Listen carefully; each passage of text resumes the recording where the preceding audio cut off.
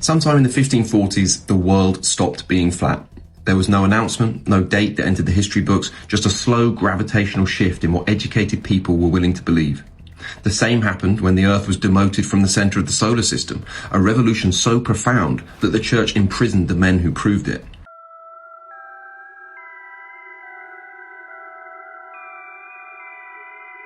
We remember the ideas. We look back on them now.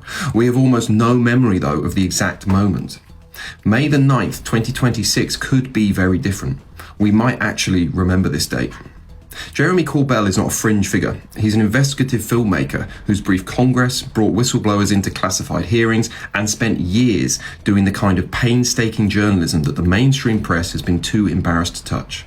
Corbell is an investigative journalist who helped obtain and release the DoD footage of UFOs. I've been holding a secret for about 11 years, and it's going to be extremely public. When Corbell says he received a briefing call from a senior official and that multiple White House and congressional sources have confirmed the first UAP file release will begin tomorrow, that carries weight. He was also careful to say it clearly. Nothing shocking initially, a slow and steady process. The files will come in stages.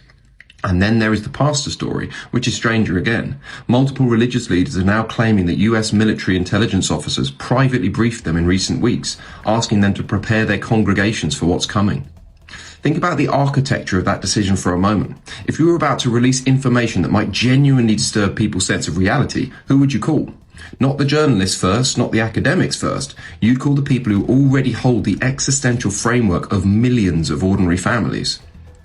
We should be clear about what we do not know.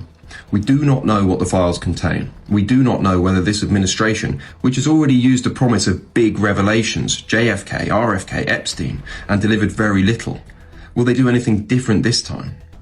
There are serious people who believe the timing of this entire disclosure process is a distraction from the war with Iran and the domestic crises accumulating beneath it. That skepticism is worth carrying.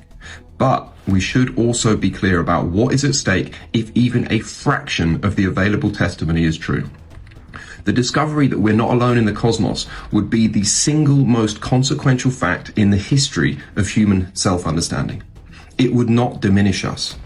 We have been behaving like the only child in a vast empty house for far too long.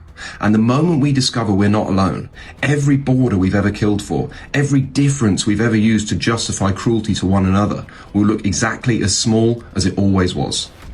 That is not something to fear. That is the invitation for all of humanity to finally grow up as a species.